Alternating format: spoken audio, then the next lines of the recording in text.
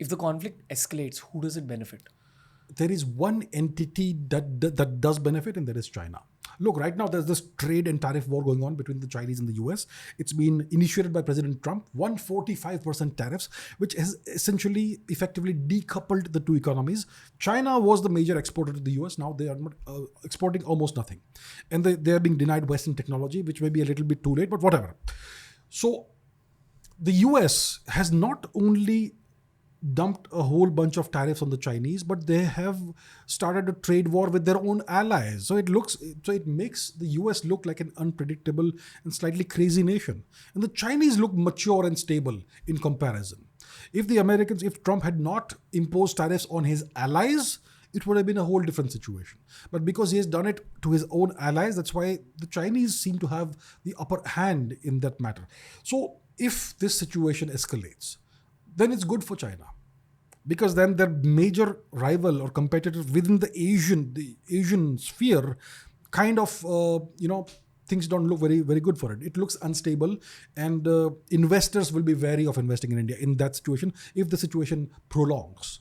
So the only entity that really benefits is China in this situation. The Chinese have been trying to de-escalate things with India.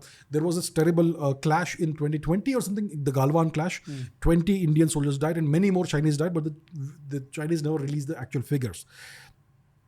And then there was this standoff between India and China along the undemarcated India-Tibet border that persisted for years. Now, last year, the Chinese began the process of let's say, de-escalating.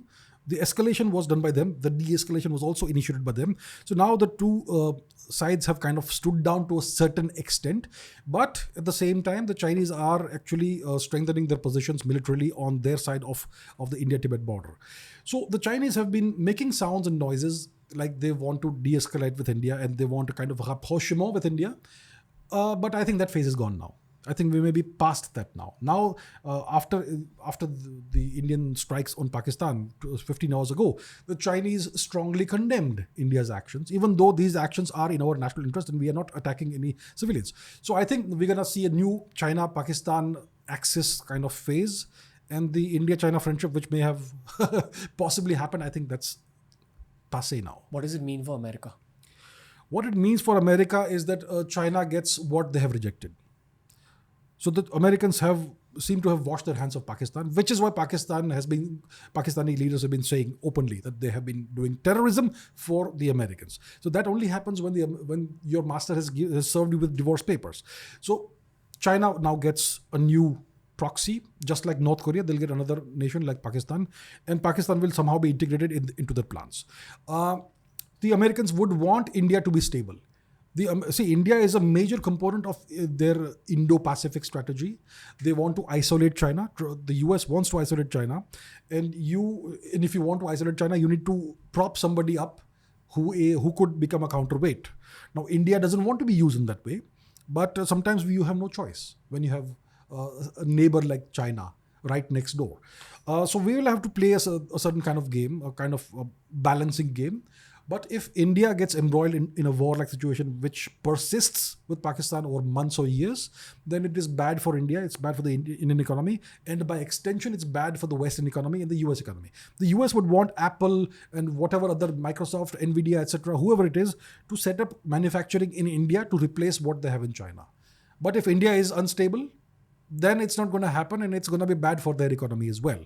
So from the US perspective, they would want the situation to stabilize as soon as possible.